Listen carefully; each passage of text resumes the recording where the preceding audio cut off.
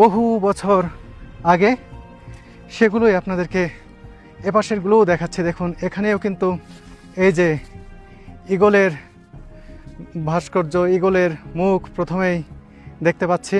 বন্ধুরা, এই যে সুন্দর মুখাবয়বের যে ভাস্কর্য, যে মূর্তি দেখছেন, আমার কাছে মনে হয়েছে এটি সবচেয়ে গুরুত্বপূর্ণ ভাস্কর্য এখানকার।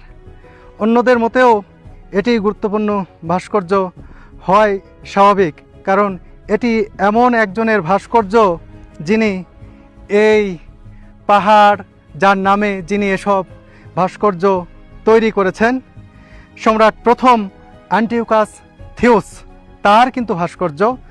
আগের যে আমরা ইস্টার্ন সাইডে যেটি দেখছি, একই আকৃতির যে ভাস্কর্যটি রয়েছে তার মুখাবয়বের, সেটাতে কিন্তু নাম লেখা ছিল না, এখানে উল্লেখ করে দেয়া হয়েছে।